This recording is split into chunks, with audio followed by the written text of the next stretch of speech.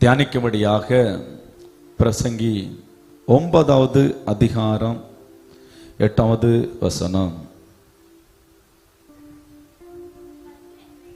உன் வஸ்திரங்கள் எப்பொழுதும் வெண்மையாயும் உன் தலைக்கு எண்ணெய் குறையாததாயும் இருப்பதாக. அல்லேலூயா. உன் வஸ்திரங்கள் எப்பொழுதும் வெண்மையாயும் உன் தலைக்கு எண்ணெய் குறையாததாயும் இருப்பதாக.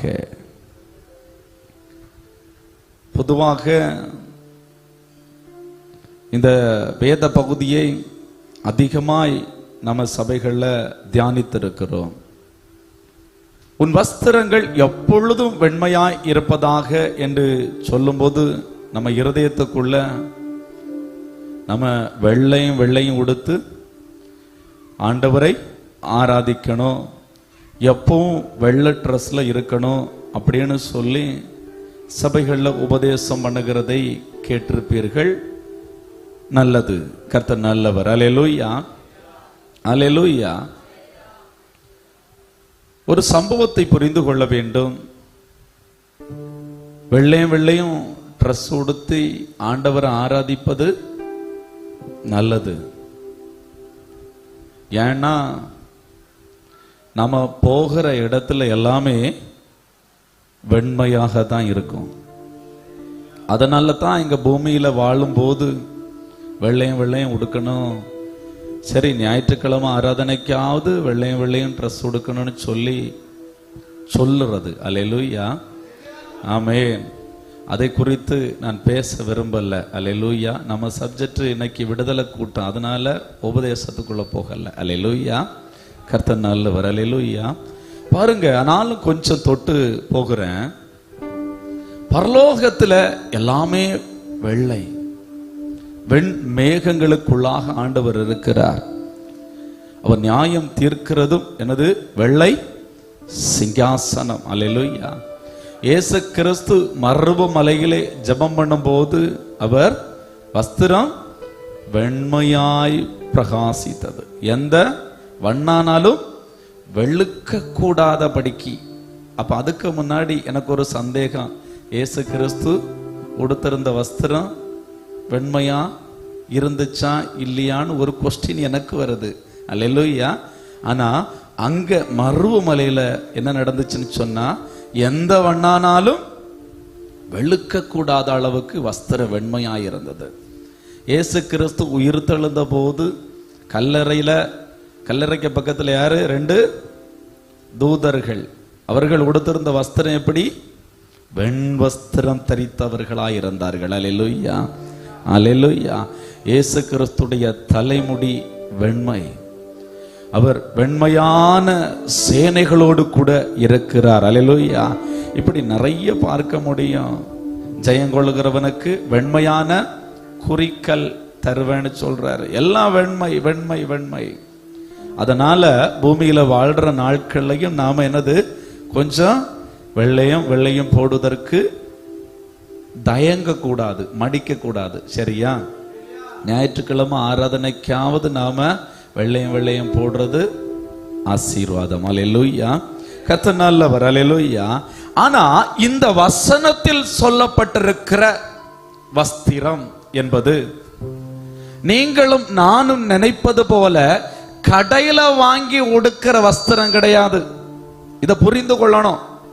அல்லேலூயா. எப்பொழுதும் உங்கள் வஸ்திரம் வெண்மையாய் இருப்பதாக. நான் ஒரு கல்யாண வீட்டுக்கு வெள்ளையும் ட்ரெஸ் போட்டுட்டு போயிருந்தோம். சாயங்காலத்துக்குள்ளாடி அந்த ட்ரெஸ்ஸுடைய நிலைமையை நீங்க பார்த்தீங்கன்னு சொன்னா அவ்வளவு கேவலமா மாறிட்டது. ஒரு சாய குடிச்ச நேரத்துல தடுமாறி சாய சட்டையில களைஞ்சிருச்சு. இப்ப எல்லாருக்கும் கூட்டத்துல என்னது? சாயை மறைக்கிறதுக்கு, அந்த கரையை மறைக்கிறதுக்கு நாம் பட்ட கஷ்டம் இருக்குதே. பெரும் பாடுபட்டு அந்த மீட்டிங் முடிகிறது வரைக்கும் கஷ்டப்பட்டு மறைச்சு வந்திருக்கிறேன். இன்னொரு இடத்துல பாருங்க, இதே மாதிரி பட்டு என்னது பாத்ரூம்ல போய் கிடந்து சட்டையை கலத்தி துவைப்பு நடக்க எப்படியாவது சரியாகிறாதா அப்படின்னு சொல்லி. இந்த வெள்ளையும் வெள்ளையும் ட்ரெஸ் கொடுக்கிறவங்களுக்கு தான் கஷ்டம் தெரியும், அப்படித்தானே? அல்லேலூயா, அல்லேலூயா, ஆமென்.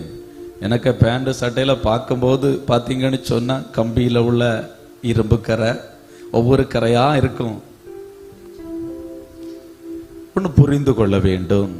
ஆனால் இயேசு சொன்ன வஸ்திரம் இந்த கடையில வாங்குற வஸ்திரம் கிடையாது. இது ரட்சிப்புன்னு சொல்லுகிற வஸ்திரம், ரட்சிப்புன்னு சொல்ற வஸ்திரம். அல்லேலூயா. இன்னைக்கு ஒவ்வொரு பிள்ளைகளும் விடுதலைக்காக ஏங்கி கொண்டிருக்கிறார்கள்.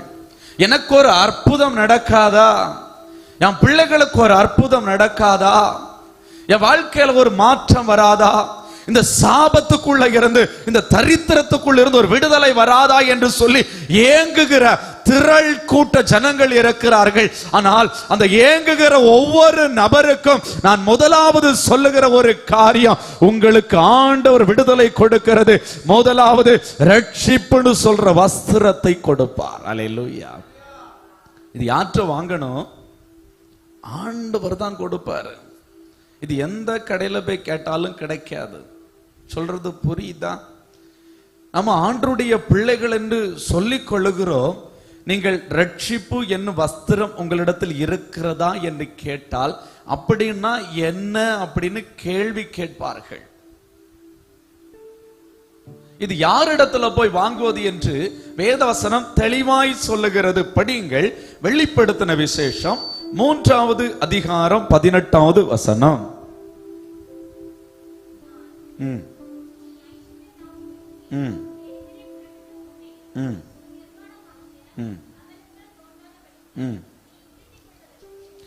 நீ உன் நிர்வாணமாகிய அவலட்சணம் தோன்றாதபடிக்கு நீ உடுத்திக் கொள்வதற்கு என்ன வஸ்திரம்? வெண் வஸ்திரங்களையும் ஆண்டவராகிய இயேசு சொல்றார், என்னிடத்தில் வாங்கிக்கொள். நாம கடையில போய் வெள்ளை ட்ரெஸ் வாங்கிட்டு வந்துட்டு நான் என்னது வெள்ளையும் வெள்ளையும் போட்டுட்டேன்னு சொல்லி நம்ம பெருமை பாராட்டிட்டு பீத்திட்டு நடக்கிறோம். ஒன்னு நான் சொல்றேன், யாராவது இயேசு கிறிஸ்துவிடத்துல போய் இந்த வெண் வஸ்திரம் கேட்டு வாங்கி இருக்கிறீங்களா? கேட்டு வாங்காதவங்க கையை தூக்குங்க பாப்போம். கையை தூக்கு. சந்தேகம், என்கிட்ட இருக்குதா இல்லையான்னு கூட நிறைய பேருக்கு சந்தேகம். இந்த வெண் வஸ்திரம் இயேசு கிறிஸ்துவிடத்துல போய் கேட்டு வாங்கினீங்களா? நிறைய பேருக்கு இந்த வெண் வஸ்திரம் என்னன்னே தெரியாது. அம்மா அப்பா ஆவிக்குரிய ஆராதனையில ஆராதித்து கொண்டிருந்தவர்கள் பிள்ளையும் தொடர்ச்சியாக வெள்ளையும் வெள்ளையும் போட்டு நகையும் கழட்டி ஆராதித்து கொண்டிருக்கிறார்கள். வெண் வஸ்திரம் வாங்கினீர்களா என்று கேட்டால் தெரியாது. இந்த இடத்துல நன்றாய் புரிந்து கொள்ளணும். யாரிடத்துல போய் இந்த வெண் வஸ்திரம் வாங்கணுமா? இயேசு இடத்துல போய் வாங்க வேண்டும்.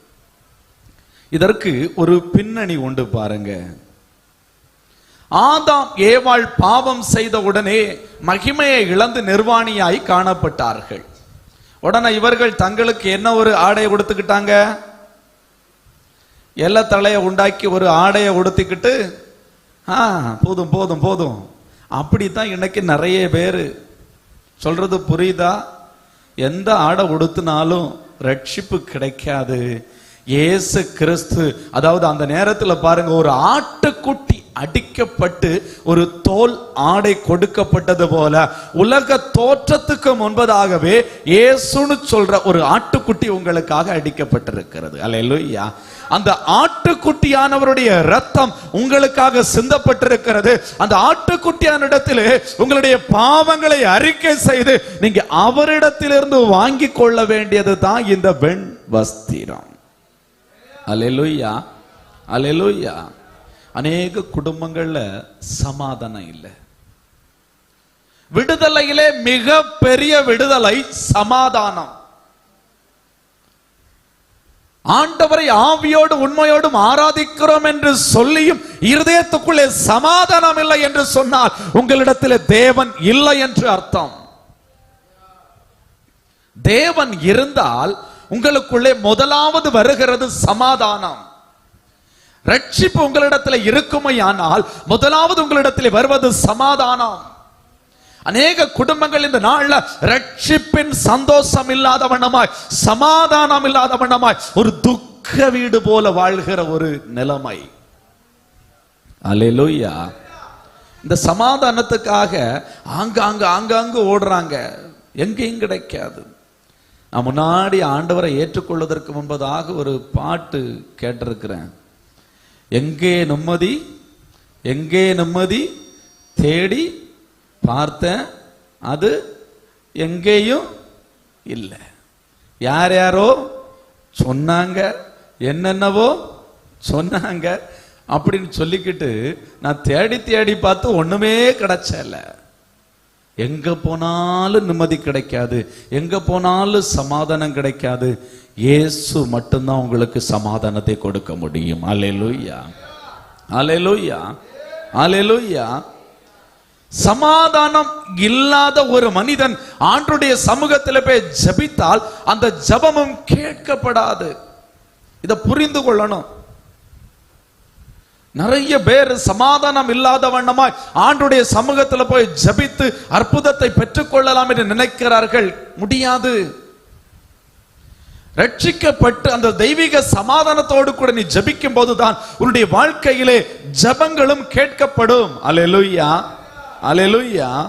படிங்க ஏசாயா தீர்க்க தரிசன புத்தகம் 1ஆம் அதிகாரம் 18-19.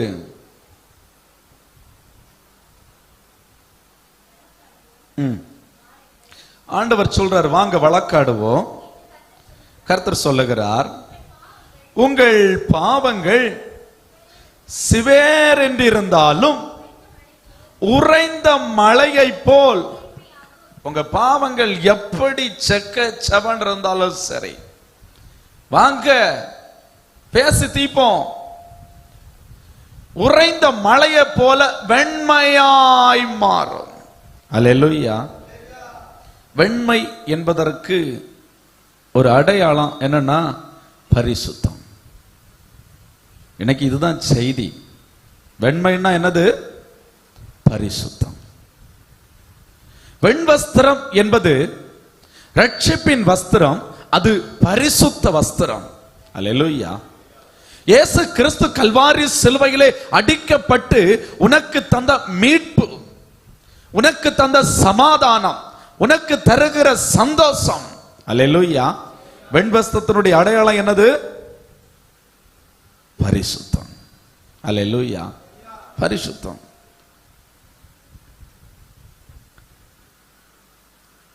நம்முடைய வாழ்க்கையில அந்த பரிசுத்தம் இருக்கிறதா என்பதை குறித்து நாம பார்க்க வேண்டும். ஒரு நரிக்குறவன், இந்த மலையிலெல்லாம் வாழ்வாங்க தெரியுமா, நரிக்குறவன். ஒரு வாலிப தம்பி பாவ பழக்க வழக்கத்துக்கு அடிமையாகி, குடி பழக்கத்துக்கு அடிமையாகி, ஒரு சமாதானம் இல்லாத வண்ணமாய், ஒரு சந்தோஷம் இல்லாத வண்ணமாய் தான் தற்கொலை பண்ண வேண்டும் என்று சொல்லி அவன் நினைத்து கொண்டிருந்த போது அவனுடைய வாழ்க்கையிலே ஒரு ஊழியக்காரர் மூலமாய் ஆண்டவரை குறித்து, இயேசு கிறிஸ்துவை குறித்து அறிந்து கொள்வதற்கான ஒரு வாய்ப்பு கிடைத்தது. இவன் தான் போதை பழக்கத்தில் குடித்து கொண்டு படுத்திருக்கும் போது அவனுடைய இருதயத்துக்குள்ளே தோன்றுகிற ஒரே ஒரு கேள்வி, என்ன கேள்வின்னு சொன்னா, இப்ப நான் மரித்தால் எங்க போவேன்? அந்த கேள்வி இருதயத்துக்குள்ள வந்த உடனே அவனுக்குள்ள பயம் ஆரம்பிக்குமாம். பயம் ஆரம்பித்த உடனே போயிருந்து தலையில் அடித்து புலம்புவானா. ஏன்னா அந்த கேள்விக்கு அவனுக்கு பதில் கிடைக்கவே இல்லை. அந்த பயம் அவனுடைய இருதயத்துக்குள்ளே வாட்டி வதைத்தது. ஒரு ஊழியக்காரர் மூலமாய் ஆண்டவரை குறித்து அறிந்து கொண்டு அவன் முதலாவது இயேசுவை ஏற்றுக்கொண்டு தன்னுடைய பாவங்களை முழுவதுமாய் அறிக்கை செய்த பின்பதாக அவனுடைய வாழ்க்கையிலே கிடைத்த சந்தோஷத்திற்கு அளவே இல்லை என்று சொல்லி சாட்சியாய் நின்று கொண்டிருக்கிறான். அல்லேலூயா. இன்னைக்கு உங்களை பார்த்து நான் சொல்றேன், உங்க இருதயத்துக்குள்ளே நீங்கள் தொட்டு சொல்லி பாருங்க, ரட்சிக்கப்பட்டிருக்கிறீங்களான்னு கேட்டு பாருங்க. பாவத்தில் விடுதலை பெற்றிருக்கிறீங்களான்னு கேட்டு பாருங்க. முதலாவது வெண் வஸ்திரத்தை வாங்கி கொள்ளணும். முதல்ல யார்கிட்ட இருந்து? இயேசுவிடத்திலிருந்து வெண் வஸ்திரத்தை வாங்கி கொள்ளணும். அல்லேலூயா. வாங்கி கொள்ளணும். வாங்கி கொண்டாதான் எப்பொழுதும் அதை காத்து கொள்ளணும். அடுத்தது இரண்டாவது என்னது? காத்து கொள்ளணும், வாங்கி கொள்ளணும். நிறைய பேர் வாங்கி கொள்ளாமலே இருக்கிறார்கள். என்னுடைய விதி இதுதான், என்னுடைய வாழ்க்கை என்று சொல்லி அப்படியே வாழ்ந்துட்டு போறாங்க. வாங்கணும். அந்த ரட்சிப்பின் சந்தோஷத்தை ஆண்டவரிடத்துல கேட்டு வாங்கணும். நம்முடைய பாவங்கள் எல்லாம் மன்னிக்கப்பட்ட நிச்சயம் நமக்கு உண்டாகணும். அப்படி உண்டானால் மாத்திரம்தான் ஒரு மனுஷனுடைய வாழ்க்கையிலே மெய்யான சமாதானம் உண்டாகும். உலகத்தால கொடுக்கவும் எடுக்க முடியாத ஒரு சமாதானம் கிடைக்க வேண்டும் என்று சொன்னால் ஆண்டவராக இயேசு கிறிஸ்துவை விசுவாசித்து நீ உன் நாவினாலே அறிக்கையிட்டு பாவங்களுக்காக மனஸ்தாபப்பட்டு நீ இயேசுவை ஏற்று புது மனிதனாய் வாழ பிரயாசப்பட வேண்டும். அல்லேலூயா, அல்லேலூயா. முதல் விடுதலை என்னது? நாம ரட்சிப்பின் வஸ்திரத்தை வாங்கணும். இன்னைக்கு இந்த இடத்துல கடந்திருக்கிற பிள்ளைகள், இந்த சத்தம் கேட்டு கொண்டிருக்கிற பிள்ளைகளுக்கு நான் சொல்றேன், நீங்க இதுவரைக்கும் ரட்சிப்பின் சந்தோஷத்தை பெற்றுக்கொள்ளல. அநேகர் கூட்டத்துக்கு கடந்து வரீங்க. ஆண்டவர் ஒரு அற்புதம் செய்ய மாட்டாரா என்று சொல்லி அற்புதத்துக்காக நீங்கள் ஏங்கிக் கொண்டிருக்கிறீர்கள். ஆனால் ரட்சிப்பின் சந்தோஷத்தை முதலாவது பெற்றுக் கொண்டீர்களா என்பதை இருதயத்துக்குள்ளே பதித்து வைத்துக் கொள்ள வேண்டும். அல்லேலூயா. ஒரு வாலிப சகோதரி பாருங்க, தன்னுடைய சரீரத்தில் இருக்கிற வியாதிக்காக ஆண்டவரை நோக்கி அழுது அந்த வியாதியை ஆண்டவர் மாற்றிவிட்டார். ஆண்டவர் மாற்றிவிட்டதினாலே ரட்சிக்கப்பட்டாளா என்று கேட்டால் ரட்சிக்கப்படவில்லை. ஆனால் இது வேற ஒரு நபர் தன்னுடைய பாவத்தை குறித்து மனஸ்தாபப்பட்டு ஆண்டவருடைய சமூகத்தில் கண்ணீர் விட்டு அழும்போது அவர் பாவத்தை மன்னித்து ரட்சித்திருப்பாரேயானால் அந்த நபர் சமாதானத்தோடு கூட வாழ்கிற ஒரு நபராய் இருப்பார்கள். அல்லேலூயா, அல்லேலூயா. உங்களுக்கு புரிந்திருக்குன்னு நினைக்கிறேன். அப்ப வெண் வஸ்திரம்னா என்னது? பரிசுத்தத்துக்கு ஒப்புமை.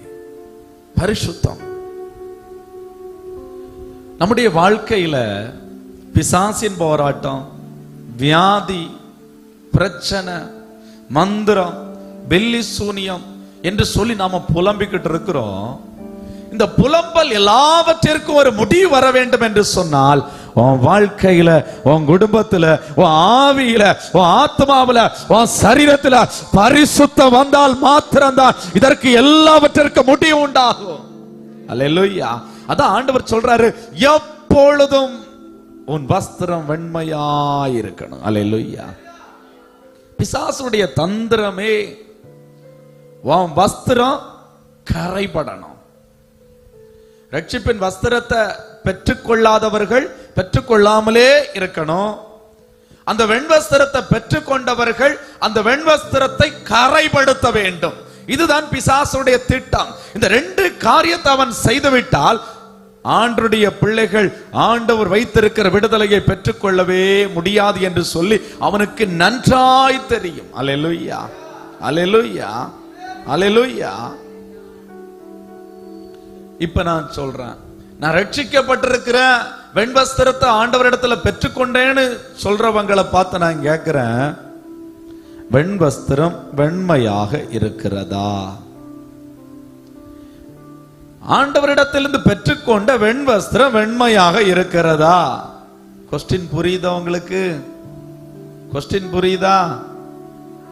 ஆரம்பத்தில் ஏசப்பா என் பாவங்கள் எல்லாம் மன்னிச்சு என்னை ஏற்றுக்கொள்ளுங்கப்பான்னு சொல்லி அழுது ஆண்டவரிடத்தில் அந்த ரட்சிப்பின் சந்தோஷத்தை கேட்டு பெற்றுக்கொண்டீங்கல்ல, அந்த வெண்வஸ்திரம் வெண்மையாக இருக்கிறதா? இல்லைன்னு சொன்னா என்ன நடக்கும் தெரியுமா? படிங்க சகரியா தீர்க்க தரிசன புத்தகம் 3வது அதிகாரம் 1வது வசனத்தை படிங்க.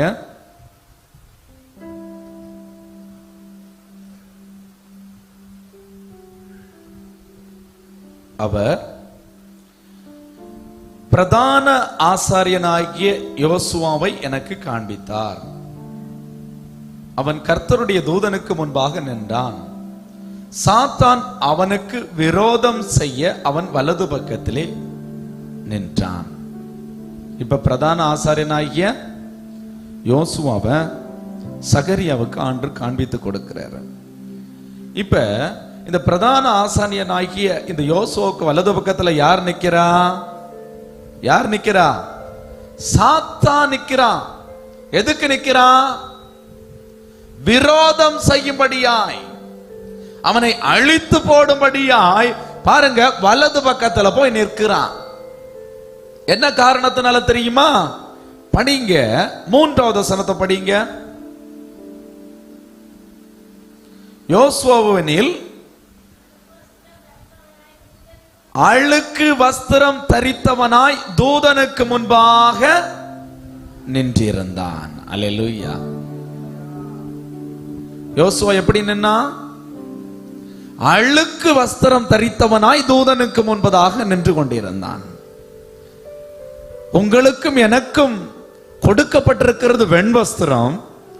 அந்த வெண்வஸ்திரத்தை நாம் அழுக்காக்கி கொண்டு நாம் நிற்போமையானால் நமக்கு விரோதம் செய்யும்படியா நிற்பது யாரு? சாத்தான். இது ஆண்டவர் பார்த்துட்டு அடுத்த வசனத்தை படிங்க.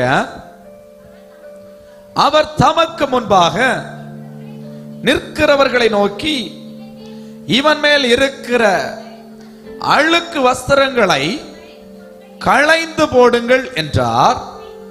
பின்பு அவனை நோக்கி, பார், நான் உன் அக்கிரமத்தை உன்னிலிருந்து நீங்க செய்து உனக்கு சிறந்த வஸ்திரங்களை தருப்பித்தேன். இந்த வசனம் உங்களுக்கு புரிஞ்சுதான்? அழுக்கு வஸ்திரத்தை களைந்து போட்டு ஆண்டவர் சிறந்த வஸ்திரத்தை, வெண் வஸ்திரத்தை மீண்டும் யாருக்கு கொடுக்கிறாப்ல? யோசுவாவுக்கு கொடுக்கிறாப்ல. தாவீது பாவம் செய்த உடனே அந்த ரட்சிப்பின் வஸ்திரத்தை இழந்தவனாய் நிற்கிறான். தாவீது ஆண்டவருடைய சமூகத்துல போய் நின்று அழறான். ஆண்டவரே, உம்முடைய ரட்சணிய சந்தோஷத்தை எனக்கு திரும்ப தாரும் ஆண்டவரே. இன்னைக்கு ஒருவேளை நீங்க அப்படிப்பட்ட நிலைமையில கடந்து வந்திருக்கலாம். ஐயோ, இந்த போராட்டம் என்னை விட்டு மாறவே இல்லையே, இந்த பிரச்சனை என்னை விட்டு மாறவே இல்லையே, உன் வஸ்திரம் அழுக்காக இருக்கிறது, அதனால சாத்தான் உனக்கு விரோதமாய் வந்து நிற்கிறான். அந்த பிரச்சனை மாறணுமா? இன்னைக்கு ஆண்டவருடைய சமூகத்துல, ஆண்டவரே என் பாவங்களை மன்னிச்சு எனக்கு மீண்டும் அந்த ரட்சிப்பின் வஸ்திரத்தை தாரும் ஆண்டவரே, எனக்கு அந்த வெண் வஸ்திரத்தை தாரும் ஆண்டவரே. ஆண்டவருடைய சமூகத்திலே நீங்கள் வாஞ்சையோடு கூட கேட்கணும். அல்லேலூயா, அல்லேலூயா, அல்லேலூயா. இன்னைக்கு இந்த சாயங்கால வேளையில இயேசுவை விசுவாசிக்கிற ஒவ்வொரு பிள்ளைகளுக்கும் அவர் அழுக்கு வஸ்திரங்களை களைந்து சிறந்த வஸ்திரத்தை, வெண் வஸ்திரத்தை கொடுக்க போதுமான தெய்வமாயிருக்கிறார். விசுவாசிக்கிற தேவனுடைய பிள்ளைகள் கரங்களை தட்டி ஆண்டவருடைய நாமத்தை மகிமைப்படுத்துமா? ஆமென் ஆண்டவரே, ஆமென் ஆண்டவரே. எப்பொழுதும் என்னுடைய வஸ்திரம் வெண்மையாயிருக்க வேண்டும், எப்பொழுதும் என்னுடைய வஸ்திரம் வெண்மையாயிருக்கணும் ஆண்டவரே. ஆமென் ஆண்டவரே. சாத்தான் அழுக்காக்க துடிக்கிறார். அவன் பாவ எண்ணங்களை கொண்டு போட்டு சாத்தான் அழுக்காக்க துடிக்கிறார். இன்னைக்கு ஆண்டவரே உம்மை நோக்கி நான் கெஞ்சுகிறேன், என்னுடைய வஸ்திரம் வெண்மையாயிருக்கணும்னு சொல்லுங்க. அல்லேலூயா, அல்லேலூயா. வெண்மை பரிசுத்தம். பரிசுத்தம் இருக்கிற இடத்துல சாத்தான் இருக்கவே முடியாது. பரிசுத்தம் இல்லை என்று சொன்னால் சாத்தான் உங்கள் வீட்டிலே குடியிருப்பான். அல்லேலூயா. ஒரு மனிதனுடைய இருதயத்துக்குள்ளே பரிசுத்தம் இருக்குமேயானால் அந்த மனிதனுடைய இருதயத்துக்குள்ளே இயேசு வாசம் செய்கிறவராயிருக்கிறார். ஆனால் அதே மனிதனுடைய இருதயத்துக்குள்ளே பாவம் வாசமா இருக்குமேயானால் சாத்தான் வாசம் செய்கிறான். அல்லேலூயா. உங்களுடைய இருதயத்துக்குள்ளே இயேசு இருந்தால் உலகத்தாலே கொடுக்க எடுக்க முடியாத சமாதானம் இருக்கும். சாத்தான் உங்கள் இருதயத்துக்குள்ளே இருப்பானே ஆனால் உலகத்தால கொடுக்கவும் எடுக்கவும் முடியாத சமாதானம் இருக்கவே இருக்காது. அல்லேலூயா, அல்லேலூயா, அல்லேலூயா. தேவன் நம்ம நடுவுல வாசம் செய்யணும்னா என்ன வேணும்? பரிசுத்தம் வேணும். வாசம் செய்ய பரிசுத்தம் வேணும். நம்மை பரிசுத்தப்படுத்தும்படியாக இயேசு கிறிஸ்து கல்வாரி சிலுவையிலே இரத்தம் சிந்தி இருக்கிறார். அவருடைய இரத்தத்தின் மூலம் நமக்கு பரிசுத்தம் உண்டாகிறது. அல்லேலூயா, அல்லேலூயா. ஒரு சகோதரருடைய குடும்பத்திலே ஜெபிக்கும்படியாய் கடந்து சென்றிருந்தோம். நாங்கள் போய் ஜெபிக்கிற அந்த நாள் விடுதலை கிடைக்கும். சில நாட்கள் கழிந்த பின்பதாக மீண்டும் அந்த குடும்பத்திலே இரவிலே தூங்க முடியாது, அந்த வீட்டிலே சமாதானம் இல்லை, பிரச்சனைக்கு மேல் பிரச்சனை, போராட்டம். அந்த வீட்டில் போய் நம்ம ஜெபிக்கிறோம், இயேசுவேன்னு தான் கூப்பிடுகிறோம். ஜெபிக்கிற அந்த நேரத்தில் ஒரு மாற்றம் வந்தது போல இருக்கிறது. மீண்டும் சாத்தான் அந்த வீட்டிற்குள்ளே கிரியை செய்கிறான். ஏன், என்ன காரணத்தினால்? அந்த வீட்டில் அவர்கள் சில போட்டோஸ் வைத்து இயேசு தான் என்று சொல்லி ஆராதித்துக் கொண்டிருக்கிறார்கள். விக்கிரகம் இருக்கிற இடத்திலே ஆண்டவர் இருக்க மாட்டேன் என்று சொல்லுகிறார். விக்கிரகங்களுக்கும் தேவாலயத்துக்கும் பங்கு ஏது? உங்களையும் என்னையும் ஆண்டவர் தேவனுடைய ஆலயமாய் தெரிந்தெடுத்திருக்கிறார். ஆண்டவர் உங்கள் மத்தியிலே, உங்கள் குடும்பத்திலே, உங்கள் பாளையத்திலே உலாவும்படியாய் ஆசைப்படுகிறார். ஆனால் ஒரு விக்கிரகத்தை கொண்டு வைத்துவிட்டு நாம ஆண்டவரே வாரும் வாரும் என்று சொன்னால் ஆண்டவர் எப்படி வர முடியும்? அல்லேலூயா. பாவம் இருக்கிற இடத்துல, அசுத்தம் இருக்கிற இடத்துல ஆண்டவர் வாசம் செய்யவே மாட்டார். நம்ம குடும்பத்தில் விடுதலைக்காக நம்ம ஏங்குகிறோம். ஏதோ ஒரு சிலையை எடுத்து வைத்து நாம் அதற்கு முன்பதாய் வழிபட்டு கொண்டிருக்கிறோம். என்னுடைய மகிமை விக்கிரகங்களுக்கு கொடேன் என்று ஆண்டவர் சொல்லி இருக்கிறார். விக்கிரகங்களை செய்கிறவனும் அதை வார்ப்பிக்கிறவனும் சபிக்கப்பட்டவன் என்று ஆண்டவர் சொல்லி இருக்கிறார்.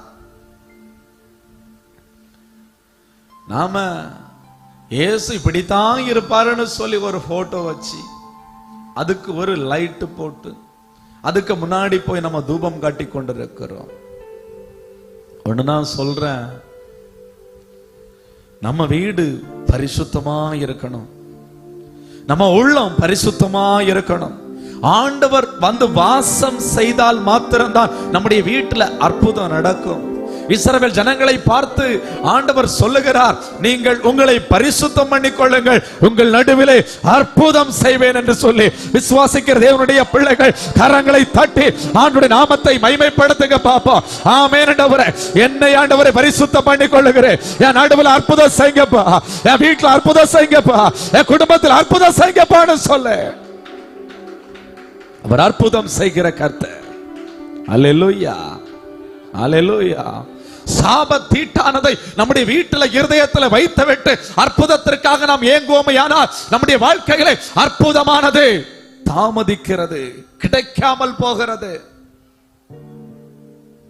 இஸ்ரவேல் ஜனங்கள்ட்ட 3 நாள் உங்களை பரிசுத்தப்படுத்திக் கொள்ளுங்கன்னு சொல்றாப்புல. நம்மையும் அதே போலத்தான் ஆண்டவர் பரிசுத்தப்படுத்திக் கொள்ளும்படியாக அற்புதம் செய்யும்படியா எதிர்பார்த்து இருப்பார். 1-2 நாட்கள் நாம் பரிசுத்தமாய் வாழ்ந்து விட்டு மறுநாள் பாவம் செய்து விடுகிறோம். ஆண்டவர் செய்ய வேண்டும் என்று நினைத்த, ஆமென், கானான் தேசத்துக்குள்ளே கொண்டு சேர்க்க வேண்டும் என்று நினைத்த அந்த காரியம் தாமதமாய் போகிறது, அற்புதம் தாமதமாய் போகிறது. நம்முடைய வாழ்க்கையிலே ஒவ்வொரு நாளும் பிரச்சனை, ஒவ்வொரு நாளும் போராட்டம். விடுதலைக்காக ஏங்குகிறோம், ஆனால் விடுதலை கிடைக்காமல் போகிறது. அல்லேலூயா, அல்லேலூயா. பரிசுத்தம் இருக்குமையானால் சாத்தான் உங்களை கண்டு பயப்படுவான். இயேசு கிறிஸ்துவை பார்த்த உடனே, நசர்னா இயேசுவே, உமக்கும் எனக்கும் என்ன எங்க வேலை இன்னும் வரல, வேதனைப்படுத்தாதிரோன்னு சொல்லி சத்தம் போட்டுட்டு, நீர் தேவனுடைய பரிசுத்த, உம்மை இன்னார் என்று அறிவே, நீர் தேவனுடைய பரிசுத்த. இன்னைக்கு நம்மை பிசாசு பார்க்கும் போது பரிசுத்தமா இருக்கிறோமா, இல்ல அழுக்கு வஸ்திரத்தோடு கூட இருக்கிறோமா? அழுக்கு வஸ்திரத்தோடு கூட இருந்து பிசாசை துரத்த முடியாது. பிசாசு உங்கள் வீட்டை விட்டு போக மாட்டா, உங்களை விட்டு போக மாட்டா. உங்க ஆவியை விட்டு அசுத்த ஆவி மாற வேண்டும் என்று சொன்னால் நீங்கள் பரிசுத்தத்துக்கு இடம் கொடுத்தால் மட்டும்தான் முடியும். அல்லேலூயா, அல்லேலூயா. சரி, நான் இப்ப பரிசுத்தமா மாற ஆசைப்படுறேன் அப்படின்னு விரும்புறீங்களா? 2 காரியத்தை நான் உங்களுக்கு சொல்லிக் கொடுக்க விரும்புகிறேன். யாத்திராகமம் 16வது அதிகாரம் 31வது வசனத்தை படிங்க. ஒரு நபர் சத்தமாய். யாத்திராகமம் 16:31. இஸ்ரவேல் வம்சத்தார் அதற்கு மன்னா என்று பெயரிட்டார்கள். அது கொத்தமல்லி அளவாயும் வெண்மை நிறமாயும் இருந்தது. அதன் ருசி தேனிட்ட பணிகாரத்துக்கு ஒப்பாயிருந்தது. அது என்ன நிறமாய் இருந்தது? வெண்மை நிறம். இஸ்ரவேல் ஜனங்களை வனாந்தரத்திலே நடத்தி வரும்போது யாரும் அறியாத மன்னாவினாலே ஆண்டவர் நிரப்புகிறார். தூதர்கள் உணவாலே அந்த ஜனங்களுக்கு போஷிக்கிறார். போஷிக்கும் போது கொடுத்த உணவுடைய நிறம் என்னது? வெண்மை நிறம். வெண்மை எதற்கு அடையாளம் என்று சொன்னேன்? பரிசுத்தத்துக்கு அடையாளம். இது இஸ்ரவேல் ஜனங்கள் இந்த வனாந்தரத்திலே நடக்கும் போது இந்த ஜனங்களை பரிசுத்தப்படுத்த வேண்டும், பரிசுத்தப்படுத்த வேண்டும் என்று சொல்லி வெண்மை நிறத்திலே ஆன மன்னாவை ஆண்டவர் கொடுத்தார். அல்லேலூயா, அல்லேலூயா, அல்லேலூயா. எங்க கொண்டு சேர்ப்பதற்கு? கானான் தேசத்துல கொண்டு சேர்ப்பதற்கு. ஏன்னா இந்த ஜனங்களுடைய குணாதிசயம் எல்லாம் அந்த எகிப்து தேசத்துல இருந்த குணாதிசயமாய் இருக்கும். அதனாலே வனாந்தரத்திலே இவர்களுக்கு அந்த வெண்மையான அந்த மன்னாவை கொடுத்து இவர்களை வெண்மையாய் மாற்றி அந்த கானான் தேசத்துக்குள்ளே கொண்டு செல்ல ஆண்டவர் சித்தமானார். அல்லேலூயா. அதே போல நமக்கு யோவான் 6வது அதிகாரம் 48வது வசனம் முதல் படிங்க. யோவான் 6:48 முதல். ஜீவ அப்பம் நானே. உங்கள் பிதாக்கள் வனாந்தரத்தில் மன்னாவை புசித்தும் மரித்தார்கள். மரியாமல் இருக்கும்படி வானத்தில் இறங்கின அப்பம் இதுவே. இங்கு வானத்தில் இறங்கி வந்த அப்பம் யாது? வெண்மையான அப்பம். யாரு? கர்த்தராகிய இயேசு கிறிஸ்து. அல்லேலூயா. இயேசு கிறிஸ்து. நீ வெண்மையாய் மாற வேண்டும் என்று சொன்னார். பரிசுத்தராய் இருக்கிற இயேசு கிறிஸ்துவை ஏற்றுக்கொண்டு ஆமென் அந்த வெண்மையான மன்னாவை ருசித்தது போல நீ இயேசுவை ருசிப்பாயானால், கர்த்தர் நல்லவர் என்று ருசிப்பாயானால் நீ வெண்மையாய் மாறுவாய். அல்லேலூயா. அநேகர் இயேசுவை ரசிச்சு பார்க்கறாங்க. நான் சொல்றேன், கர்த்தர் நல்லவர்னு ருசிச்சு பாருங்க. அந்த வனாந்தரத்துல மன்னாவை எடுத்து அவர்கள் சாப்பிட்டு ருசித்து பார்த்தார்கள். அது அதிக ருசி உள்ளதா இருந்தது.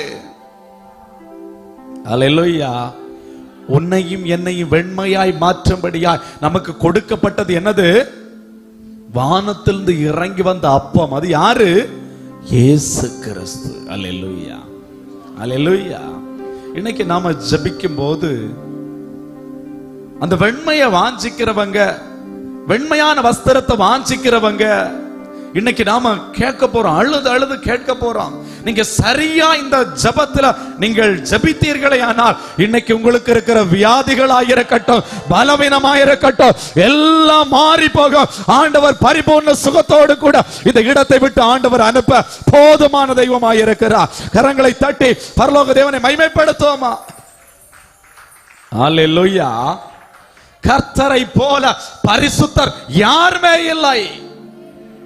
நல்லவன் என்று இந்த பூமியில சொல்வதற்கு யாருமே கிடையாது.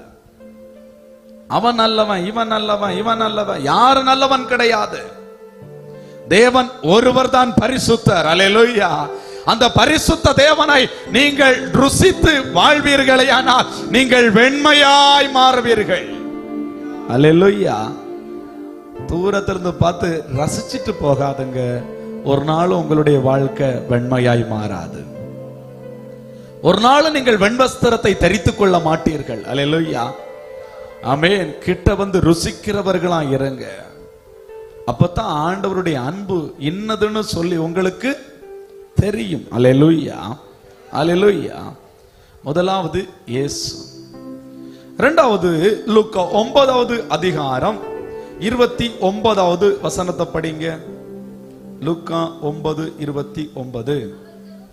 அவர் ஜெபம் பண்ணுகையில் அவருடைய முக ரூபம் மாறிற்று, அவருடைய வஸ்திரம் வெண்மையாகி, ஜெபிக்கும் போது வஸ்திரம் வெண்மையாகி பிரகாசிக்கும். ஆண்டுடைய சமூகத்தில் ஜெபிக்கிற ஒவ்வொரு பிள்ளைகளும் நீங்கள் புரிந்து கொள்ள வேண்டும். ஐயோ எனக்கு அற்புதம் நடக்கலன்னு சொல்லி நீங்கள் புலம்புகிறீர்கள். நீங்கள் ஒரு காரியத்தை அறிந்து கொள்ள வேண்டும். ஜெபிக்க ஜெபிக்க ஜெபிக்க என்னுடைய வஸ்திரம் வெண்மையாகி பிரகாசிக்கிறது. அல்லேலூயா. அல்லேலூயா. நம்ம சபையில சாந்தி தாயாரை குறித்து எல்லாருக்கும் தெரியும். இன்னைக்கு வரல. அந்த தாயார் ஒரு இடத்துல வேலைக்காக போயிருக்கிறாங்க. வேலைக்கு போன இடத்திலே அந்த இடத்தில் இருந்த நபர்களால் அவமதிக்கப்பட்டு ஏளனமாய் பேசப்பட்டு அந்த வேலையிலிருந்து துரத்தி விட்டார்கள். காரணம் எதற்காக வென்றால், இவர்கள் ஆவியோடும் உண்மையோடும் ஆராதிக்கிறபடியினால், தேவனை ஆவியோடும் உண்மையோடும் ஆராதித்து மகிமைப்படுத்துகிறபடியினால் அந்த வேலை ஸ்தலத்திலிருந்து வெளியே தள்ளப்பட்டார்கள். இந்த தாயார் கண்ணீரோடு கூட வரும்போது இன்னொரு நபர் மூலமாய் ஒரு வேலை கிடைத்திருக்கிறது. அந்த வேலை எந்த இடம் தெரியுமா? ஒரு துணிக்கடை. சரியா? இப்ப இந்த துணிக்கடையில போய் 2 நாட்கள் கூட ஆகல. அந்த துணிக்கடையில ஒரு சகோதரி தலை வலியோடு கூட கஷ்டத்தோடு கூட உள்ள வேலை பார்த்து கொண்டிருந்திருக்கிறாப்புல. அந்த துணிக்கடை ஓனர் சொல்லியிருக்கிறாப்புல, ஏம்மா நீங்க ஜெபம் பண்ணுவீங்க இல்லையா, இந்த சகோதரிக்கு ஒண்ணு ஜெபம் பண்ணுங்க அப்படின்னு. இந்த தாயாரும் பாருங்க, ஜெபிக்க ஆரம்பித்த உடனே அந்த சகோதரி பிசாசினாலே அந்த இடத்திலே அலக்களிக்கப்பட்டு அலறி, அந்த நேரத்திலே அந்த சகோதரிக்கு ஒரு பரிபூர்ண விடுதலையை ஆண்டவர் கட்டளையிட்டிருக்கிறார். அல்லேலூயா. நான் சொல்லுகிறேன், நீ ஜெபிக்கிற ஒவ்வொரு ஜெபமும் ஆமென் உன்னை பிரகாசிக்க பண்ணும். அல்லேலூயா. தள்ளப்பட்ட ஒரு சகோதரி ஜெபிக்கிற ஒரு சகோதரியா இருந்தபடியினாலே அந்த ஜெபம் என்ன செய்யும் என்பதை தெளிவாக சில நாட்களுக்குள்ளே ஆண்டவர் கூட இருப்பதை நிரூபித்து காட்டுகிறார். அல்லேலூயா. ஒரு ஜெபம் கூட வீணாய் போகாது. நீங்கள் ஆண்டுடைய பாதத்தில் ஜெபிக்கிற ஜெபம் ஒரு ஜெபம் கூட வீணாய் போகாது. ஒவ்வொரு நாளும் நீங்கள் வெண்மையாகி கொண்டே இருப்பீர்கள். நீங்கள் வெண்மையாக ஆக ஆக உங்களுடைய வெண்மை பிறரிடத்தில் பிரகாசிக்கும். எல்லா இருளும் மாறி போய்விடும், எல்லா பிசாசும் மாறி போய்விடும். நீங்கள் சரியாய் ஜெபித்தீர்களேயானால் நீங்கள் முதலாவது வெண்மையாய் மாறுவீர்கள். அதன் பின்பதாக உங்களில் இருக்கிற வெளிச்சம், உங்களில் இருக்கிற பிரகாசம் உங்க வீட்டில் இருக்கிற உங்க புருஷனார் மேல, உங்க பிள்ளைகள் மேல, பக்கத்து தெருவில் இருக்கிற நபர்கள் மேல பிரகாசிக்கும். இதை நீங்கள் அறிந்து கொள்ள வேண்டும். அல்லேலூயா. இதை அறியாத பட்சத்திலே ஜெபம் உங்களுக்கு வெறுமையாகத்தான் தோன்றும். ஒரு சாட்சியை தான் சொன்னேன், நிறைய சாட்சி நம்ம சபையில நடந்து கொண்டிருக்கிறது. அல்லேலூயா, அல்லேலூயா. கிறிஸ்து உங்களோடு கூட இருக்கிறார் என்பதை அற்புத அடையாளங்கள் மூலமாய் நிரூபிக்கிற ஒரு பாத்திரமாய் நீங்கள் வாழ வேண்டும் என்பதை நான் உங்களுக்கு சொல்லிக்கொள்ள ஆசைப்படுகிறேன். அல்லேலூயா. அறிவிப்பதோடு மாத்திரமல்ல, நிரூபிக்கிற ஒரு ஆயுதமாய் நீங்கள் வெளிப்பட வேண்டும் என்று நான் ஆசைப்படுகிறேன். அல்லேலூயா, அல்லேலூயா. கர்த்தர் நல்லவர். நம்முடைய வாழ்க்கையில ஜெபம்னு சொன்னா சோர்வு வந்துருகிறது. ஏன்னா சாத்தானுக்கு தெரியும் இவர்கள் ஜெபித்தால் வெண்மையாய் மாறி விடுவார்கள், பரிசுத்தமாய் மாறி விடுவார்கள், அதனால ஜெபிக்க கூடாது. அல்லேலூயா.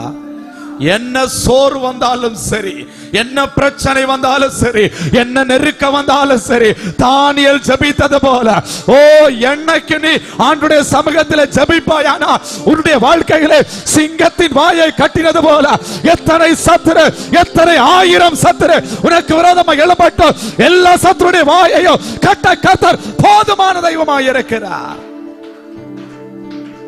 அல்லேலூயா, அல்லேலூயா. பரிசுத்தம், வெண்மை. உன்னுடைய வெண்மையை, வெண் வஸ்திரத்தை அழுக்காக்க வேண்டும் என்றுதான் சோதனை வரும். தானியேலுக்கு முன்பதாய் பாருங்க, சிலையை கொண்டு வைத்துட்டு வழிபடுன்னு சொல்றது போல உங்களுக்கு சோதனை வரும். ஆனால் ஜெயிக்கிறவர்களாய் நீங்கள் இருக்க வேண்டும். அல்லேலூயா, அல்லேலூயா, அல்லேலூயா. கர்த்தர் நல்லவர். முதலாவது என்னது? உங்கள் வஸ்திரம் எப்பொழுதும் வெண்மையாக இருக்கணும். வஸ்திரம்னா என்னது? வஸ்திரம்னா என்னது? பரிசுத்தம், ரட்சிப்பின் வஸ்திரம். நிறைய பேர் டெய்லி தூங்கும் போதும் வெள்ளை வெள்ளை ட்ரெஸ்ல தான் தூங்குவாங்களாம். ஆனா அடுத்த ஆள்கிட்ட முகம் பார்த்து சிரிச்சு பேச மாட்டாங்களாம். அடுத்த ஆள்கிட்ட சிரிச்சு முகம் கொடுத்து பேச மாட்டாங்க. தூங்குறதும் வெள்ளை வெள்ளை ட்ரெஸ்ல தான் தூங்குவாங்க. அவங்களுக்கு கண்டிப்பா பரலோகம் உண்டு. அவர் சமாதான பிரபு, அவர் சமாதான காரண. முதல்ல இந்த பூமியில வாழும்போது உன் இருதயத்திலே சமாதானம் இல்லை. இந்த பூமியில வாழும் போது நீ இருக்கிற இடத்திலே சமாதானம் இல்ல. உன் மூலம் உன் வீட்டுல சமாதானம் இல்ல, உன் மூலம் உன் குடும்பத்துல சமாதானம் இல்ல, உன் மூலம் உன் சபையில சமாதானம் இல்ல, உன் மூலம் உன் தேசத்துல சமாதானம் இல்ல. நீ எப்படி பரலோக ராஜ்யத்துக்குள்ள பிரவேசிக்க முடியும்? அல்லேலூயா. சமாதானம் பண்ணுகிறவர்கள் பாக்கியவான்கள், அவர்கள் தேவனுடைய புத்திரர் எனப்படுவார்கள். யாரெல்லாம் தேவனுடைய புத்திரரா இருக்கிறீங்க? கரங்களை தூக்கு பார்ப்போம். சந்தேகமா இருக்கு அதுல. அல்லேலூயா, அல்லேலூயா. முதலாவது உங்களுடைய வஸ்திரம் எப்பொழுதும் வெண்மையா இருக்கணும். அல்லேலூயா. ஞாயிற்றுக்கிழமை வெள்ளையும் வெள்ளையும் ட்ரெஸ்ல வர்றது மட்டும் இல்ல, சரியா? உங்க ரட்சிப்பின் வஸ்திரம் வெண்மையா இருக்கணும். இல்லைன்னா ஆராதிக்கிறதெல்லாம் வேஸ்ட். அல்லேலூயா. கர்த்தர் நல்லவர். அடுத்தது என்னது? அந்த வசனத்துல சொல்லப்பட்டிருக்கிறது, உங்கள் தலைக்கு எண்ணெய் குறையாம இருக்கணும். வஸ்திரம் எப்பொழுதும் வெண்மையா இருக்கணும், சரி. அப்ப வெள்ளையும் வெள்ளையும் ட்ரெஸ். உங்கள் தலைக்கு எப்பொழுது எண்ணெய் குறையாம இருக்கணும். டெய்லி 2 லிட்டர் எண்ணெய் எடுத்து தலையில வச்சுக்கிட்டு அப்படியே வலிச்சுக்கிட்டே, அதான் மீனிங். இன்னைக்கு இருக்கிற எண்ணெய் விலைக்கு டெய்லி எண்ணெய் தேய்ச்சா நம்ம பாடு என்ன ஆகணும் சிலருக்கு உள்ளத்துக்குள்ள தோணுது. உங்கள் தலைக்கு எண்ணெய் குறையாம இருக்கணும். நான் சொல்றேன், எண்ணெய் என்பது பரிசுத்த ஆவியானவரை குறிக்கிறது. பரிசுத்த ஆவியின் அபிஷேகத்தை குறிக்கிறது. பரிசுத்த ஆவிக்குள்ளே நிறைந்த ஒரு அனுபவத்துக்குள்ளே வாழுகிற ஒரு அனுபவத்தை இந்த வேதவசனம் சொல்லுகிறது. அல்லேலூயா, அல்லேலூயா. 1 சாமுவேல் 16வது அதிகாரம் 13வது வசனத்தை படிக்கும் போது, சாமுவேல் தைல கொம்பை எடுத்து அவனை சகோதரர்கள் முன்னிலையிலே அபிஷேகம் பண்ணினார். அந்த நாள் முதற்கொண்டு ஆவியானவர் தாவீதின் மேல் வந்து இறங்கினார். நீ அபிஷேகம் பண்ணப்படுவாயானால் ஆவியானவர் உன் மேல வந்து இறங்குவார். அல்லேலூயா. எண்ணெய் என்பது அபிஷேகத்துக்கு அடையாளம், பரிசுத்த ஆவிக்கு அடையாளம். யாரெல்லாம் பரிசுத்த ஆவியானுடைய அபிஷேகத்தை பெற்றிருக்கிறீங்க? இன்னொரு கேள்வி, பரிசுத்த ஆவியின் அபிஷேகம் குறைஞ்சி போச்சுன்னு சொல்றவங்க எல்லாம் கையை தூக்குங்க. 4 காரியம் உங்களுக்கு சொல்லி தர்றேன். ஒண்ணு என்னது? வெண் வஸ்திரம் இதுவரை வாங்கவே இல்லை. 2வது, வாங்கிட்ட இப்ப இருக்கிறது என்னது? வெண் வஸ்திரம் சிகப்பு வஸ்திரமாய் மாறிவிட்டது, அழுக்கு வஸ்திரமாய் மாறிவிட்டுன்னு சொல்றவங்க. இனி 3வது நபர், நான் பரிசுத்தாவின் அபிஷேகத்தையே பெறலன்னு சொல்றவங்க. 4வது நபர், பெற்றிருந்த இப்ப குறைஞ்சி போச்சு. இந்த 4 நபர்களும் இன்னைக்கு நாம சரி செய்து நம்ம ஆண்டவருடைய பாதத்தில் ஒப்புரவாகி ஜெபிக்க போகிறோம். ஆண்டவர் இன்னைக்கு சரியாய் ஒப்பு கொடுத்தீங்கன்னா எப்படி கிரியை செய்கிறார்னு மட்டும் பாருங்க. அல்லேலூயா, அல்லேலூயா. பாருங்க, பரிசுத்த ஆவியின் அபிஷேகம் ஒரு மனிதனுடைய வாழ்க்கையில கண்டிப்பா வேணும். எனக்கு நிறைய பேர் போதிக்கிற போதனை என்ன தெரியுமா? இயேசுவை ஏற்றுக்கொண்டதே பரிசுத்த ஆவியானவருடைய துணையோடு தான். அதனால பரிசுத்த ஆவியானவர் எங்க கூட இருக்கிறாரு, அதனால இந்த அபிஷேகம் எல்லாம் வேண்டான்னு போதிக்கிற ஒரு கூட்டம் இருக்கிறது. அல்லேலூயா, அல்லேலூயா. இயேசு கிறிஸ்து மரித்து உயிர்த்தெழுந்த பின்பதாக சீசர்களிடத்திலே போய் காத்திருக்கும்படியாய் கட்டளை கொடுக்கிறார். அல்லேலூயா. ஏன் காத்திருக்கணும்? முதல்ல தான் இவங்க இயேசு அரைஞ்சாச்சு இல்லையா? அதுக்கு பிறகு எதுக்கு காத்திருக்கணும்? இந்த பரிசுத்த ஆவிக்கு காத்திருக்க வேண்டிய அவசியம் இல்லையே. ஒன்னு புரிந்து கொள்ள வேண்டும், பரிசுத்த ஆவி இல்லாத ஒரு மனுஷன், பரிசுத்த ஆவியின் அபிஷேகத்தை பெற்றுக்கொள்ளாத மனுஷனுடைய வாழ்க்கையிலே பயம் ஒவ்வொரு நாளும் இருந்து கொண்டே இருக்கும். பயம். பரிசுத்த ஆவியானவர் நமக்கு பயமுள்ள ஆவியை கொடுக்கல, அன்பும் தெளிந்த புத்தியும் உள்ள ஆவி. அல்லேலூயா, அல்லேலூயா. அப்ப அன்பு இருக்கும். பரிசுத்த ஆவியானவர் நமக்குள்ள வந்தா என்ன இருக்கும்? அன்பு இருக்கும்.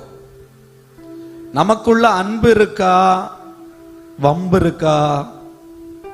சொல்லுங்க. அன்பு இருந்தா பரிசுத்த ஆவியானவர், வம்பு இருந்தா என்ன ஆவி? பரவாயில்லை, உங்களுக்கு தெரியுது எல்லாம் இருக்கும். அப்ப இன்னையில இருந்தே நீங்க செக் பண்ணிக்கிடணும். நம்ம வம்பு பண்றது மாதிரி இருந்தோம்னு சொன்னா நம்மகிட்ட இருக்கிறது அந்த ஆவின்னு நினைச்சுக்கிட்டு சரியாவிடணும். சொல்றது புரியுதா? அன்பு இருக்குன்னு சொன்னா அன்பு சகலத்தையும் தாங்கும், சகலத்தையும் சகிக்கும். அல்லேலூயா, அல்லேலூயா. அன்புக்கு பொறாமை இல்லை. அல்லேலூயா. அப்ப அன்பின் ஆவியானவர், இந்த பரிசுத்த ஆவியானவர் நமக்குள்ள வந்தா பாருங்க, நம்முடைய பலவீனம் எல்லாம் மாறி போய்விடும். பலவீனம் பலவீனம் பலவீனம் பலவீனம்னு சொல்லிட்டு தெரிகிறோம். நாம பெற்றுக்கொண்ட அபிஷேகத்தை ஆனால் மூட்டி எழுப்பி விடுகிற ஒரு குணம் நமக்குள்ள இருக்க வேண்டும். அல்லேலூயா. நீங்கள் பெற்றுக்கொண்ட அபிஷேகத்தையே மறக்க செய்கிறது தான் சத்துருடைய வேலை. நீங்கள் பெற்றுக்கொண்ட அபிஷேகம் யாராலே பெற்றீர்கள் என்றால் பரிசுத்தராலே பெற்றிருக்கிறீர்கள். அல்லேலூயா. பரிசுத்தர் உங்களை அபிஷேகம் பண்ணி இருக்கிறாரே, அந்த பரிசுத்த ஆவிய ஆனால் மூட்டி எரிய விடணும். எரிய விட்டாதான் நம்முடைய பலவீனங்கள் மாறும். அல்லேலூயா. சபையில மட்டும் வந்து ஜெபிக்கிறது அல்ல, வீட்டுல போனாலும் சரி, தனிமையா இருக்கும் போதும் சரி, ஆவியானவருக்கு இடம் கொடுத்து அந்நிய பாஷை பேசி சத்தமாய் நாவ திறந்து ஜெபிக்கிற ஒரு குணம் இருக்க வேண்டும். அல்லேலூயா. ஆவியானவர் ஒரு மனிதனுடைய ஆவியிலே வாசம் செய்வாரையானால் இந்த மௌன ஜெபம் இருக்கவே இருக்காது.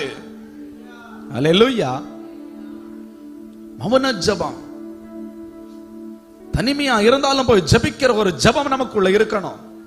அல்லேலூயா. அல்லேலூயா. மூணாவது பாருங்க, பரிசுத்த ஆவியா நமக்குள்ள இருந்தா சாட்சியா வாழுவோம். ஒரு தவறு வந்தா கூட பரிசுத்த ஆவியானவர் அதை நமக்கு சொல்லி தந்து நாம அதை சரி செய்து உடனே நம்ம சாட்சியாய் வாழ பிரயாசப்படுவோம். சாட்சியை வாழ பிரயாசப்படாத ஒரு நபர் பரிசுத்த ஆவியினால் அபிஷேகம் பண்ணப்பட்டவர்களா என்று கேட்டால் அது நிச்சயமாய் கிடையாது. அல்லேலூயா. அல்லேலூயா. ஏன்னா இந்த மாமிசம் ஜென்ம சுபாவம் ஒட்டி இருக்கும். ஆதாம் ஏவாளுடைய சுபாவம், நம்முடைய முற்பிதாக்களுடைய சுபாவம் ஒட்டி இருக்கும். இது மாறணும்னு சொன்னா நம்முடைய ஆவியில் இருக்கிற பரிசுத்த ஆவியானவருக்கு நம்ம இடம் கொடுக்க தான் இந்த மாமிசத்தின் கிரியைகளை அழித்து நம்ம ஆவியானவருக்கு இடம் கொடுக்க நம்முடைய ஆத்மாவை பரிசுத்தமாய் காத்துக்கொள்ள முடியும். அல்லேலூயா. சாட்சியாய் ஜீவிக்க முடியும். அநேகர் சாட்சியாய் ஜீவிக்க முடியாததற்கு காரணம் என்னன்னு சொன்னா, நாம பெற்றிருக்கிற பரிசுத்த ஆவியானவரை குறித்த அறிவு இல்லாதபடினாலே. அது மாத்திரமல்ல, நாம பெற்றிருக்கிற பரிசுத்த ஆவியானவர் வாக்கு கடங்கா பெருமூச்சோடு கூட விண்ணப்பம் பண்ணுகிற ஆவியானவர்.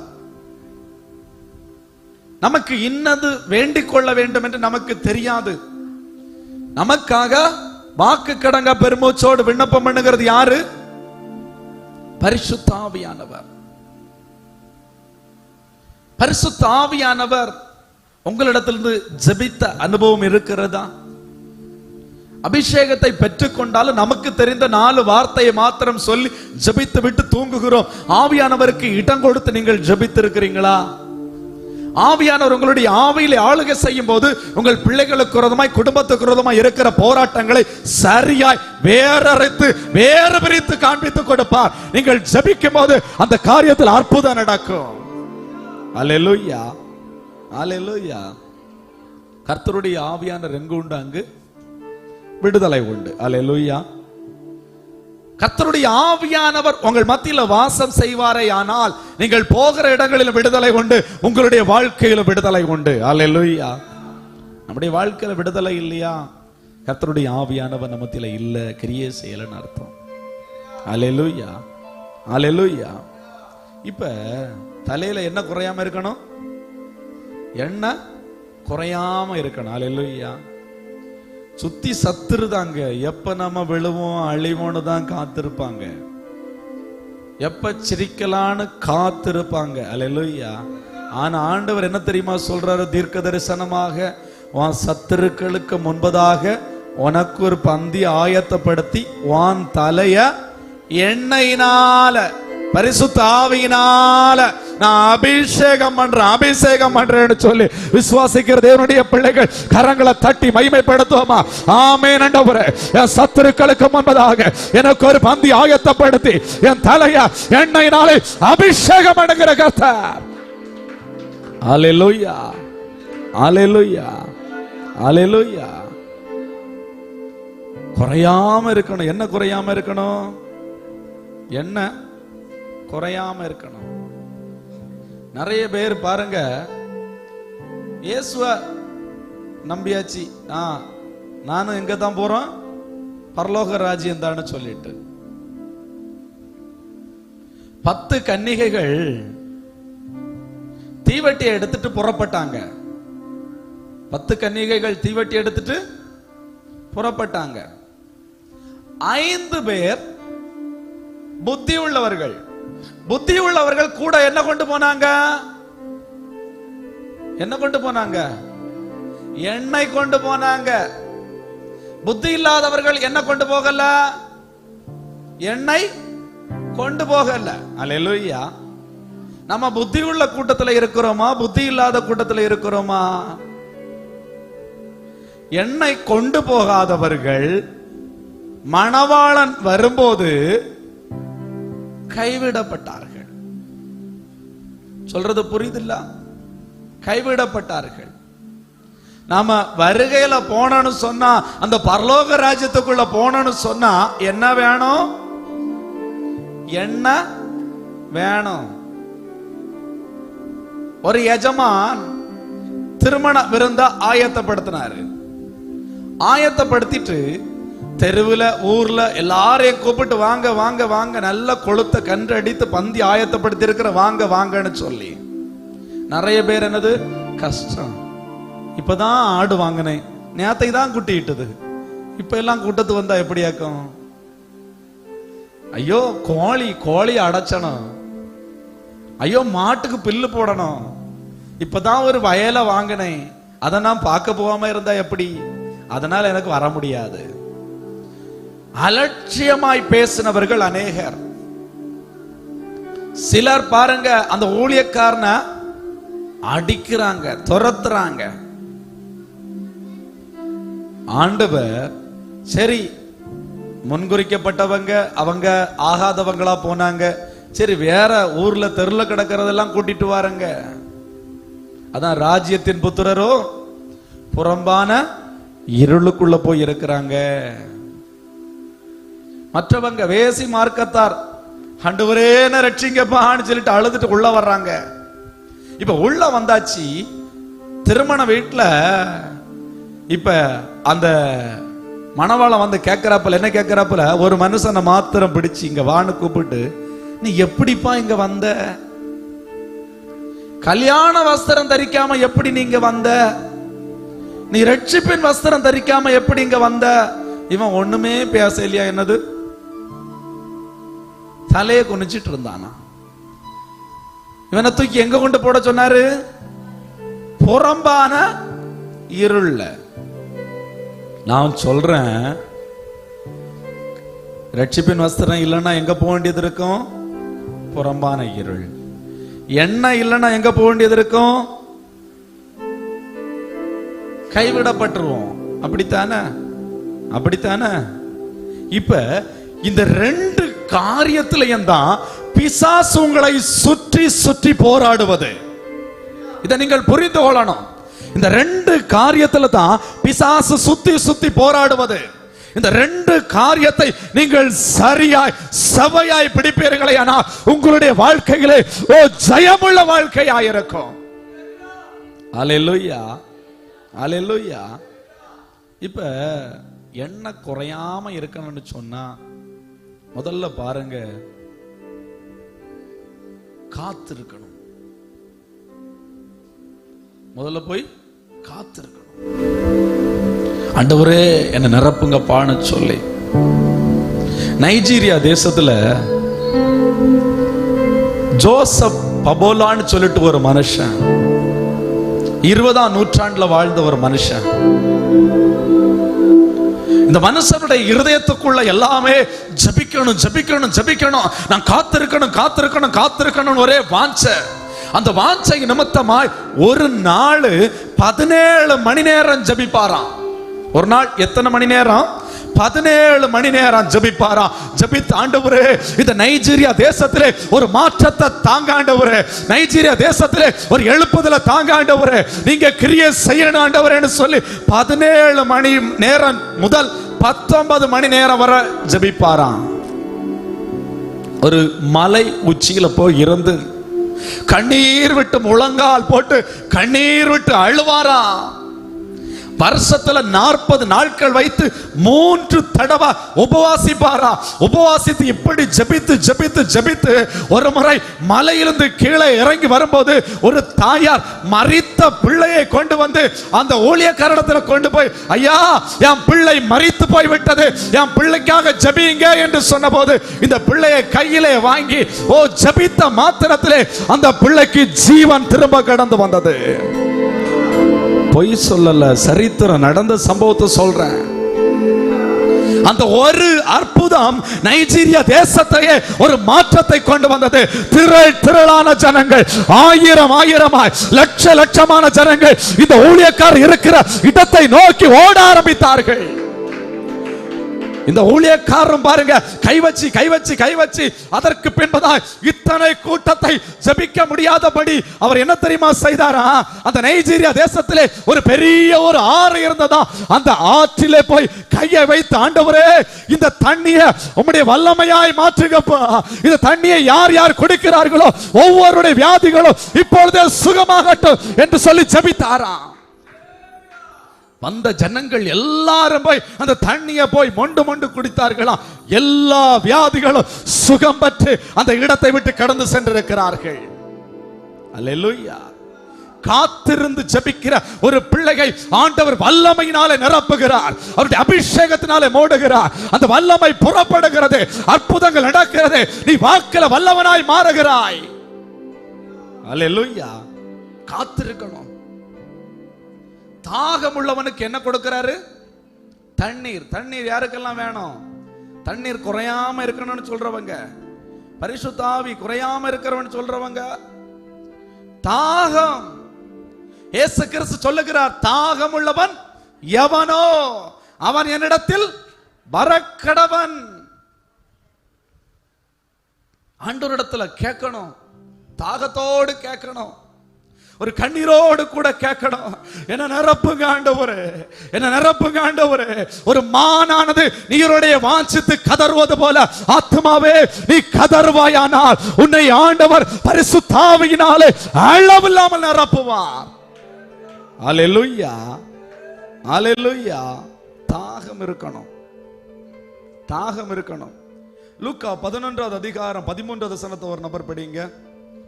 லூக்கா 11:13. பொல்லாதவர்களாகிய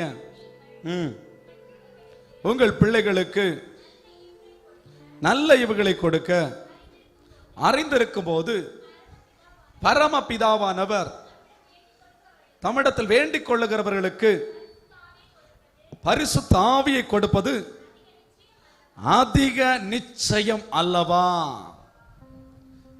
தாகம் இருந்தா மட்டும் போதாது, வேண்டிக் கொள்ளணும், ஜெபிக்கணும், நாவ திறந்து ஜெபிக்கணும்.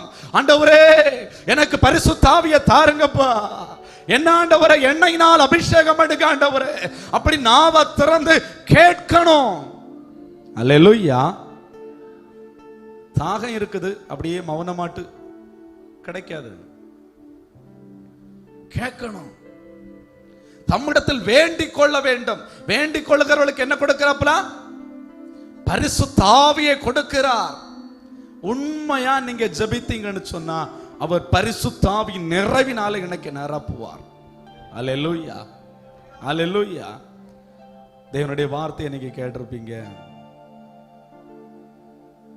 நீங்க என்ன நிலைமையில இருக்கிறீங்க என்பது உங்களுக்கு தெரியும். இன்னைக்கு எனக்கு ஒரு விடுதலை கிடைக்காதா என்று சொல்லி நீங்க எதிர்பார்த்து வந்திருக்கலாம். இந்த காரியத்தை மாத்திரம் நீங்க சரி செய்து பாருங்க. எந்த வியாதியும் உங்களை தொட முடியாது, எந்த போராட்டம் உங்களை தொட முடியாது. ஆண்டவருடைய சமூகத்திலே நாம இப்ப ஜெபிக்க போகிறோம். முடிந்தவர்கள் முழங்கால் படியிட்டு பரலோக தேவனை நோக்கி பார்த்து உள்ளத்தின் ஆழத்தில் இருந்து நம்முடைய 2 கரங்களையும் பரத்துக்கு நேராக உயர்த்தி இந்த சத்தம் கேட்டுக்கொண்டிருக்கிற ஒவ்வொரு நபரும் இருதயத்தின் ஆழத்தில் இருந்து ஒப்பு கொடுத்து ரட்சிப்பின் வஸ்திரம் பெற்றுக்கொள்ளாத பிள்ளைகள், ரட்சிப்பை பெற்றுக்கொள்ளாத பிள்ளைகள், பாவ மன்னிப்பின் நிச்சயத்தை பெற்றுக்கொள்ளாத பிள்ளைகள், ஆண்டுடைய சமூகத்தில் ஜெபிக்க ஆரம்பிங்க. சாதாரண ஜெபம் வேண்டாம். உங்களுடைய ஜெபத்தில் ஒரு மாறுதலை ஆண்டவர் விரும்புகிறார். எப்படி ஜெபம் என்று சொன்னால், ஈசாக்கு தன்னை பலிபீடத்தில் ஒப்பு கொடுத்தது போல அவருடைய சுயம் மாறட்டும். பலிபீடத்தில் ஒப்பு கொடுத்த ஈசாக்கு தான் ஒரு ஆட்டுக்குட்டி. ஈசாக்கை போல யார் ஒப்பு கொடுக்கிறார்களோ அந்த ஆட்டுக்குட்டியாருடைய இரத்தம் அப்படியே சிரசிலே வந்து விழுகிறது. யார் ஒப்பு கொடுக்கிறார்களோ அவர்களுடைய ஆவியில, ஆத்மாவில, சரீரத்துல இயேசு கிறிஸ்து இரத்தம் வந்து இறங்குகிறது.